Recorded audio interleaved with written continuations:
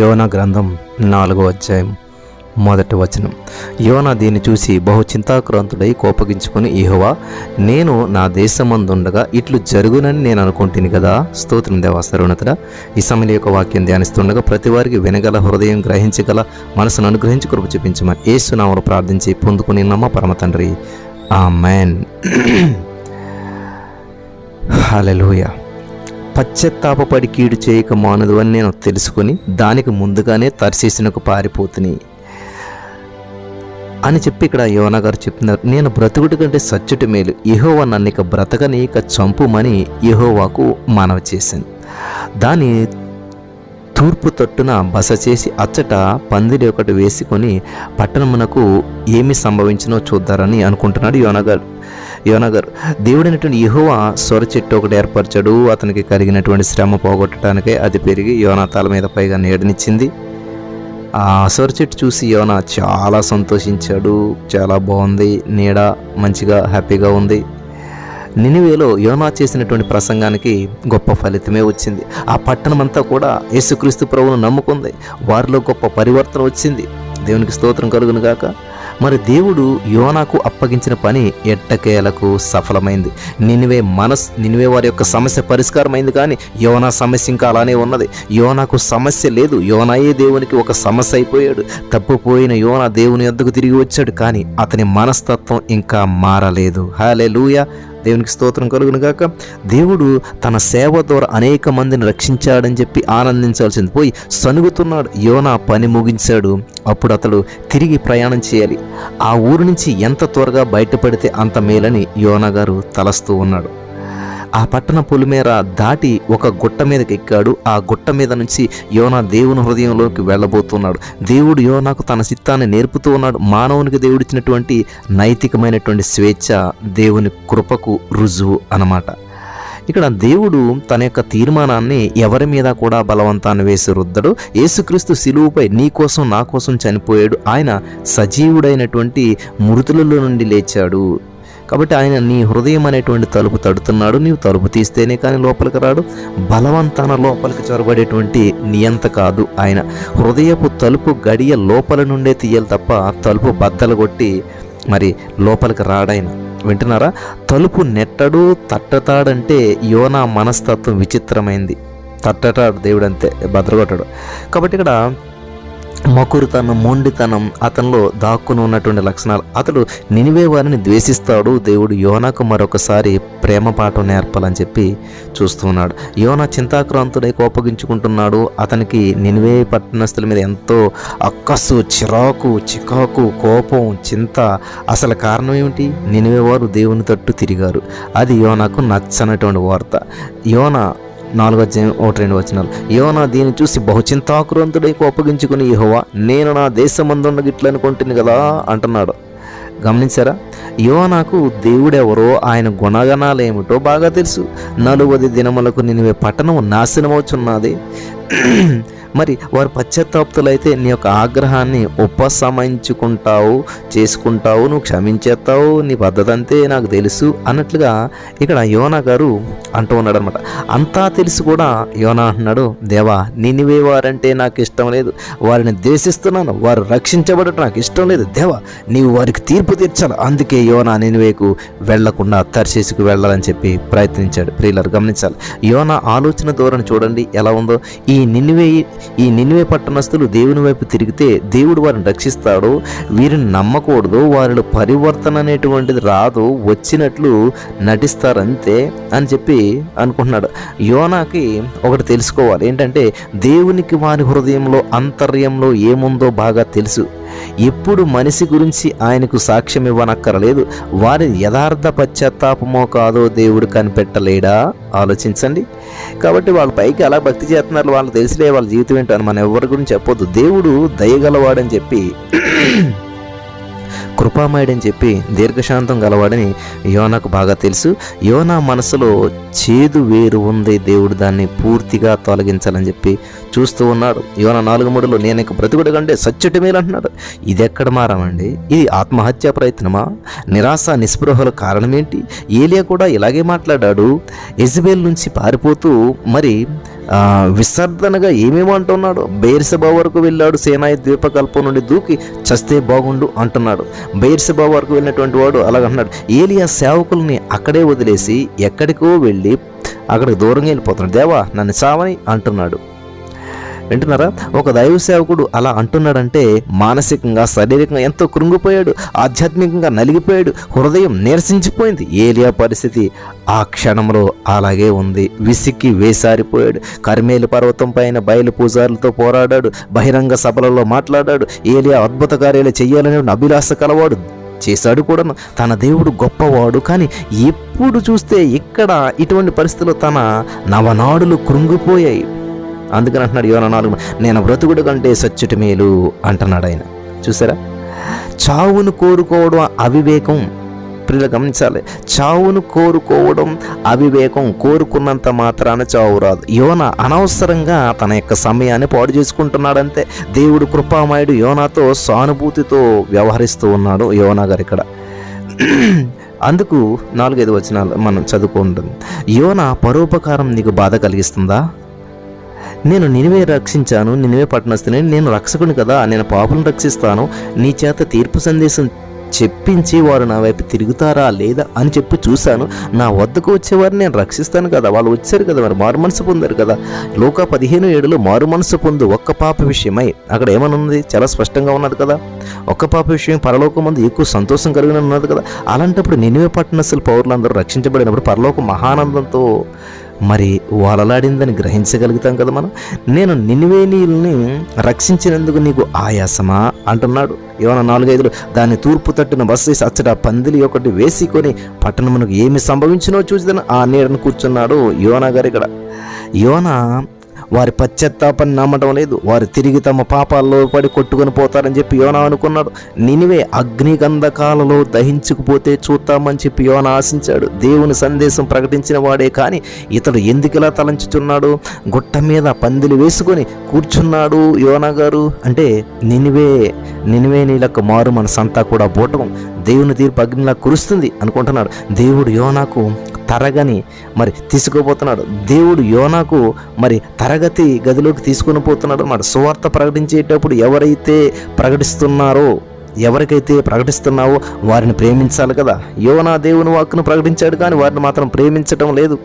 దేవుడైనటువంటి ఇక్కడ యెహోవా 6 చెట్లు సోర చెట్టును ఒకటి ఏర్పరిచిందని అతనికి చూసాం, మనకు ఆ స్టోరీ అని తెలుసు. యోనా కోసం చేపను ఏర్పాటు చేసినటువంటి దేవుడే చొర చెట్టును మొలిపించాడు.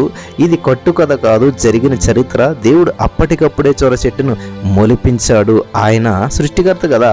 చొర చెట్టు నీడలో యోనా హాయిగా ఉన్నాడు. ఒక సాధారణమైనటువంటి చొర చెట్టు యోనాను సంతోషపెట్టింది. చొర చెట్టు పందిరిపై అల్లుకుపోతుంది. చొర చెట్టు మీద ఆసక్తిని పెంపొందించుకున్నాడు యోనా గారు. మనుషుల మీద కంటే జంతువుల మీద, వస్తువుల మీద కొందరికి అత్యాసక్తి ఉంటుంది. ఒంటరిగా ఉన్న మనిషి వస్తువులతో కాలక్షేపం చేస్తుంటాడు. తాను ప్రేమించేవారు ఎవరు లేకపోతే కుక్కనో పిల్లనో పెంచుకుంటుంటారు. లేకపోతే యోనాలాగా ఏ చెట్టునో పూల మొక్కనో పెంచుకొని తృప్తి పడుతుంటుంటారు. ఓ పువ్వు ఏది ఒకసారి నవ్వు అంటూ వాటితో పాటలు పాడతారు చాలామంది. ఆటలు కూడా ఆడుతుంటారు చాలామంది. ఇక్కడ యోనాకు స్నేహితులు ఎవరో లేరు, ఒంటరివాడు, నినివే నీళ్ళంటే బొత్తిగా పడదు. అందుచేత ఆ సొర చెట్టుతోనే కాలక్షేపం చేస్తున్నాడు యోనా గారు. అతనికి దేవునితో కూడా సహవాసం తక్కువైపోయింది. కుక్క పిల్లలతో, పిల్లి పిల్లలతో, మనుషులతో మాట్లాడినట్లే మాట్లాడేవారు ఉన్నారు. పిల్లలు గమనించాలి. వాటి మీద ఉన్నటువంటి శ్రద్ధ మనుషుల మీద ఉండదు చాలామందికి. కాబట్టి ఇక్కడ దేవుడు యోనాను తన సేవకునిగా, ప్రవక్తగా ఎంచి మాట్లాడుతూ ఉన్నాడు. యోనా ప్రవర్తన దేవుడు విన్నాడు. యోనాలో ప్రేమ, విధేయత తగ్గు స్థాయిలో ఉన్నాయి. నిజాయితీలను ప్రియులు గమనించాలి. విజాతీయులను ప్రేమించలేడు. ఇది అతని బలహీనత. స్వార్థం దోబూచులాడుతూ ఉన్నది. స్వార్థరహితమైనటువంటి సేవ చేయడానికి యోనా గ్రంథంలో మనకెన్నో పాఠాలు దొరుకుతాయి. ప్రియులు, యోనా మొదటి నుంచి కూడా భయంతో, అనుమానంతో ఉన్నాడు. దేవుడు అసలే దయగలవాడు, క్షమించేటువంటి దేవుడు. యోనా తలంపులు దేవుని తలంపులకు భిన్నమైనటువంటి యోనా జాతీయ భావం, దురాభిమానం దెబ్బతిన్నది. ఎంతసేపటికి తనను గురించే కానీ ఎదుటివారి గురించి, విదేశీయుల గురించి అతనికి సానుభూతి లేనే లేదు. తానొక ప్రవక్త, అందరూ కూడా తనను మర్యాద చెయ్యాలి, ఘనపరచాలి. నినివేనీలంటే జాలి లేదు. దేవుడు వారి దగ్గరకు రాకూడదని ఆలోచన. యోనా సన్నిగాడు, గోనిగాడు, నిట్టూర్చాడు, ఆత్మనిందకు ఉపక్రమించాడు. యోనాలో ఉన్నటువంటి గుణాలన్నీ కూడా మత సాందస్సులకు ఎక్కువగా ఉంటాయి. సొంత లాభం మానుకొని ఇతరులకు తోడ్పడాలి, అది దేవుని సేవకుల యొక్క ప్రత్యేకత అన్నమాట. ఇక్కడ మోసే, ఏలియాలకు కూడా ఇలాంటి అనుభవాలు కలిగాయి. నేనిక బ్రతుకుట కంటే సచ్చటి మేలు యెహోవా, నన్నిక బ్రతుకని ఇక చంపుమని చెప్పి యెహోవాకు మనవి చేశారు వాళ్ళంతా కూడా. యోనా అవతల ఆత్మలు రక్షించబడుతుంటే సంతోషించకపోతున్నాడు. నినివే మరి ఆధ్యాత్మికంగా బ్రతుకుతుంటే యోనా శారీరకంగా చచ్చిపోతానంటున్నాడేంటి? ఆలోచించండి. నినివే పౌరులంతా కూడా నశిస్తే తాను బ్రతికుండి నవ్వుతాడా? ఆలోచించండి ఆలోచన విధానం. దేవుడు తనలాంటి వాడై ఉండాలనుకుంటున్నాడు యోనా. ప్రియులు గమనించాలి, దేవుడు తనలాంటి వాడై ఉండాలనుకుంటున్నాడు, యోనా కాదు. కానీ యోనా కాదన్నమాట. యోనాయే దేవుని లాంటి వాడు కావాలి. దేవుని న్యాయము, దేవుని కనికరం ఒకదాని సరసన ఒకటి కల్పిస్తాయి. యోనా దేవుని కనికరాన్ని గుర్తించి దేవుని స్తుతించాలి. యోనా వ్యక్తిత్వం విలక్షణమైనటువంటిది. దేవుణ్ణి ఆయన గుణగణాలను ఎరిగినటువంటి వాడు. కానీ దేవుని తీర్పు పైన తానే తీర్పు తీరుస్తున్నాడు. దేవుడు నినివే వారిని రక్షించకూడదు అంటున్నాడు. దేవుడు తన సేవకుడైనటువంటి యోనా ధోరణికి బాధపడ్డాడు. ప్రియులరా గమనించాలి. యోనాకు కోపం వచ్చింది. ఎవరి మీద కోపం?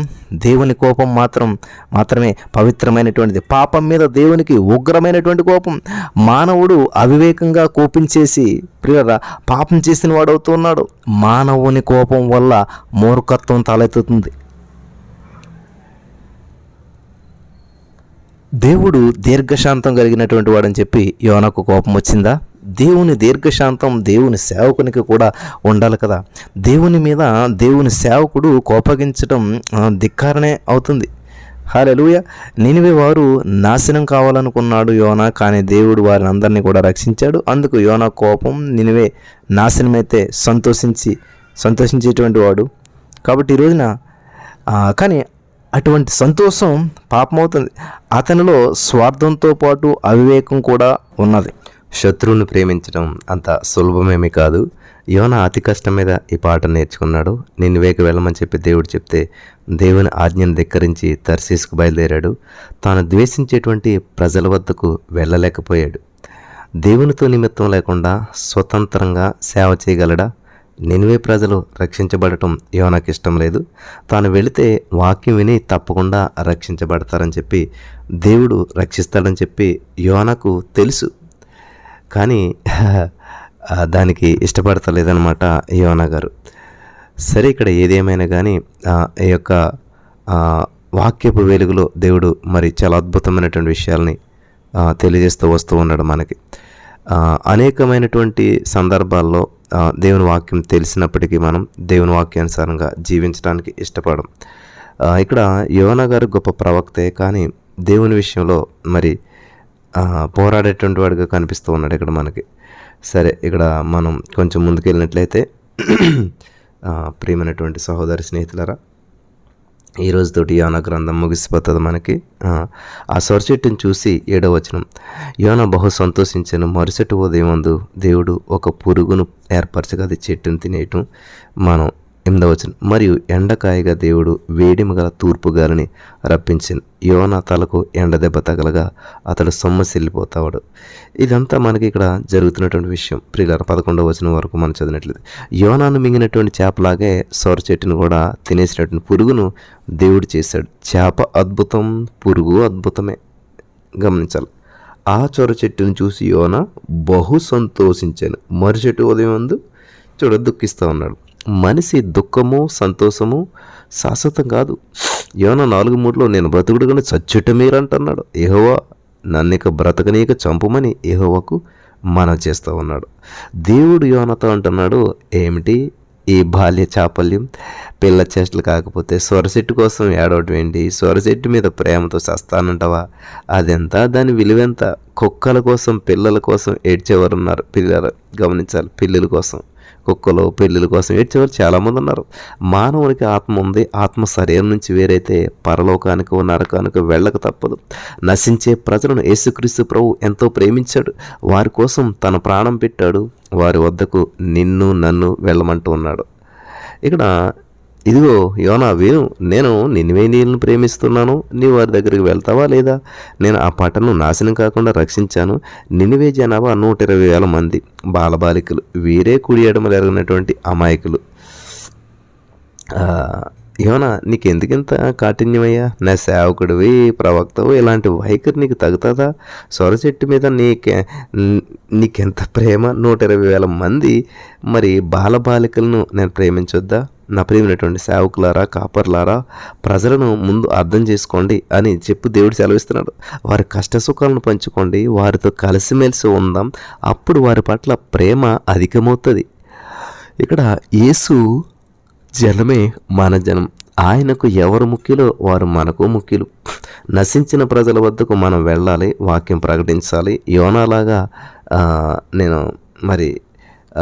నేను వారిని ప్రేమించలేనంటారా? జాగ్రత్త. ముందు నేను వారిని ప్రేమించాను, వారి దగ్గరికి వెళ్ళు, వారి మధ్య ఉండు, వారితో సహవాసం చేస్తే నీవు నాలాగే ప్రేమించగలవు. నీ కొండ నుంచి దిగు, సొరచెట్టు కోసం ఏడవడం మానేసి అంటున్నాడు ఇక్కడ దేవుడు. హల్లెలూయా. దేవుడు నేర్పేటువంటి ఆధ్యాత్మిక పాఠాలు చాలా అద్భుతంగా ఉంటాయి. యోనా వెంటనే వెళ్ళి అస్సూరీయుల మధ్య జీవించాడు, వారిని ప్రేమించాడు, నమ్మకమైనటువంటి సేవ చేశాడు, సొర చెట్టును వదిలేశాడు, సజీవులైనటువంటి నినివే ప్రజల మధ్యకు వెళ్ళాడు, వారి కష్టసుఖాలను పంచుకున్నాడు. దేవునికి స్తోత్రం కలుగును గాక.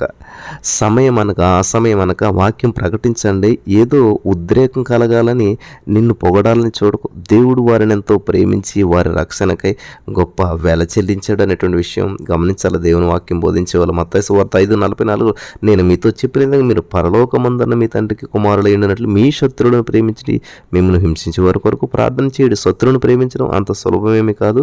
యోనా అతి కష్టం మీద ఈ పాట నేర్చుకున్నాడు. నినివేకు వెళ్ళమని చెప్పి దేవుడు చెప్తే దేవుని ఆజ్ఞను ధిక్కరించి తర్షీసుకు బయలుదేరాడు. తాను ద్వేషించే ప్రజల వద్దకు వెళ్ళలేకపోయాడు. వింటున్నారా? ఇక్కడ దేవునితో నిమిత్తం లేకుండా స్వతంత్రంగా సేవ చేయగలిగినటువంటి వారు ఎవరన్నా ఉంటారా? ఇంపాసిబుల్. ఇక్కడ దైవ సేవ అంటే దేవునికి అనుకూలమైనటువంటిది. ఈ పాఠం మరి దెబ్బలు తిని నేర్చుకున్నాడు యోనా గారు. యోనాను ఎందుకు అస్సూరుని ద్వేషిస్తున్నాడో యోనా నహూం గ్రంథం చెప్తుంది. అస్సూరీయులు దుర్మార్గులు, వారికి రక్తదాహం ఎక్కువ అన్నమాట. కానీ దేవుడు వారిని ప్రేమించాడు, నినివేను రక్షించాలని చెప్పి దేవుని సంకల్పం. యోనా వెళ్ళి ప్రసంగించగానే ప్రజలందరూ కూడా రక్షణ పొందారు. ఈ విషయంలో ఇజ్రాయేలీల కంటే అస్సూరు వారే నయం అనిపించారనమాట. పాత నిబంధనలో దేవుడు ఇజ్రాయేలు పక్షపాత అనుకుంటారా? అది నిజం కాదు. దేవుడు అన్ని జాతులను అన్ని జాతులను కూడా దేవుడు ప్రేమిస్తాడని వాస్తవం యోనా గ్రంథంలో మనం నేర్చుకోగలుగుతాం. యోనాను వాడుకున్నట్లే దేవుడు ఇజ్రాయేల్ జాతిని ఇతర జాతుల రక్షణార్థమై తన ప్రతినిధిగా వాడుకోవాలని చెప్పి సంకల్పించాడు. లోకంలో ఉన్న సమస్త జాతులపైకి తీర్పు రాబోతుందని, వారు పశ్చాత్తాప్తులైతే దేవుడు వారిని రక్షించాలని ప్రకటించాడు. శత్రువుని గురించి యోనాకు దేవుని దృక్పథం కలగాలి. దేవుడు యోనాకు తన మనస్సును, హృదయాన్ని, తన సంకల్పాన్ని బయలుపరిచాడు. హల్లెలూయా. దేవునికి స్తోత్రం కలుగును గాక. నినివే పట్టణస్థుల్లోనే కాదు కానీ యోనాలో కూడా పరివర్తన రావడం గొప్ప విశేషం. నినివే పట్టణ ఉద్యమం ఎవ్వరు కూడా కని విని ఎరగనంతగా పరిణమించింది. ఆ తర్వాత అస్సూరు కొంతకాలానికి దేవునికి దూరంగా తొలగిపోయింది. నహూము గ్రంథం 3:19 నీకు తగిలిన దెబ్బ బహు చెడ్డది, నీ గాయమునకు చికిత్స ఎవడను చేయజాలడు, జనులందరూ ఎడతెగక నీ చేత హింసనందుదురు. నహూము 3:19 చెప్తున్నాడు. క్రీస్తు పూర్వం 619లో నినివే మహానగరం పూర్తిగా నాశనమైపోయింది. తిరిగి ఆ నగరంలో ఒక్కడు కూడా నివాసం ఉండగా నేలమట్టమైపోయింది. యోనా గ్రంథం చేపకథ కాదు, దేవుడు అన్యజాతులను ఎంత ప్రేమిస్తున్నాడో చూపేటువంటి ఒక గ్రంథం అన్నమాట. కాబట్టి లోక 11:29 ఈ తరము వారు దుష్టతరము వారై ఉండి సూచక్రియను అడుగుతున్నారు. అయితే యోనాను గురించిన సూచక్రియే కానీ మరి ఏ సూచక్రియ వీరికి అనుగ్రహింపబడదని లోక 11:29, 30లో యోన నినివే పట్టణస్థులకు ఎలాగ సూచనగా ఉండును, అలాగే మనిషి కుమారుడు ఈ తరం వారికి సూచనగా ఉండును. నినివే మనుషులు విమర్శ కాలం ఈ తరం వారితో కూడా నిలబడి వారి మీద నేరస్థాపన చేయుచున్నారు. ఇక్కడ మత్తయి 12:39లో వ్యభిచారులైనటువంటి చెడ్డ తరం వారులారా సూచక్రియను అడుగుచున్నారు అంటున్నాడు దేవుడు. మత్తయి సువార్త 12:40లో యోన 3 రాత్రింబగళ్ళు తిమింగ కడుపులో ఎలా ఉన్నాడో అలాగే నేను కూడా ఉంటాను అని చెప్పి, దీన్ని బట్టి యోనా కథ వాస్తవ చరిత్ర అని చెప్పి ధ్రువపడుతుంది మనకి. నినివే పట్టణాన్ని రక్షించడమే ముఖ్యోద్దేశం అయితే 3వ అధ్యాయంతోనే కథ ముగిసేది. కానీ యోనా ఒక దైవ సేవకునిగా గుణపడవలసినటువంటి అవసరత ఎంతో ఉన్నది. అందుకే 4వ అధ్యాయం గుండా యోనా గాథ పొడిగించబడింది. నినివేను రక్షించినందుకు యోనా దేవుని మీద అలిగాడు. తప్పిపోయినటువంటి కుమారుడి కథలో అన్నలాగా ఇక్కడ యోనా ప్రవర్తించాడు. తన అక్కసు వెళ్ళబోసుకుంటున్నాడు యోనా గారు. యోనా దైవసేవ చేస్తున్నాడన్న మాటే కానీ తన సొంత చిత్తాన్ని దేవునికి లోపరచలేదు. యోనాకు మరి దేవుని మనసు తెలుసు, కానీ తన మనసు దానికి భిన్నంగా ఉంది. దేవుడు చెప్పినట్లే చేయడానికి పూనుకున్నాడు, కానీ మనస్ఫూర్తిగా కాదు. ఎఫెసీ 6:6లో మనుషులను సంతోషపెట్టువారు చేయనట్లు కంటికి కనబడవలనని కాక క్రీస్తు దాసులమని ఎరిగి దేవుని చిత్తం మనఃపూర్వకంగా జరిగించడం, మనుషులకు చేసినట్టు కాక ప్రభువునకు చేసినట్టే ఇష్టపూర్వకంగా సేవ చేయుడి అని ఎఫెసీ 6:7 అంటున్నాడు. దేవుని మాట వినకపోతే ఎక్కువ గీడు కలుగుతుంది అనేటువంటి భయంతో నినివేకి వెళ్తున్నాడు. అంతేగాని స్వచ్ఛందంగా కాదు. దేవుని తీర్పును ప్రకటించాడు, కానీ ప్రేమను ప్రకటించలేదు. దేవుని చిత్తాన్ని గురించినటువంటి సనుగు అతనిలో ఉన్నాయి.